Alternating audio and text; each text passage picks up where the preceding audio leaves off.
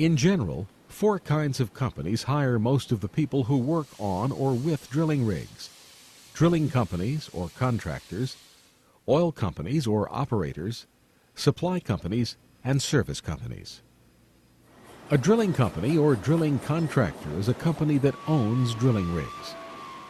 For instance, this particular rig belongs to a contractor in Wyoming and this one in Texas, but they could just as easily belong to a contractor in South America, the Middle East, Indonesia, Russia.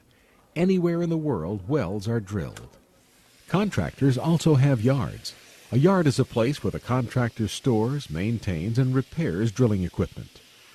Mechanics, electricians, welders, maintenance personnel, truck drivers, and truck driver helpers called swampers maintain, repair, and deliver equipment to the rigs.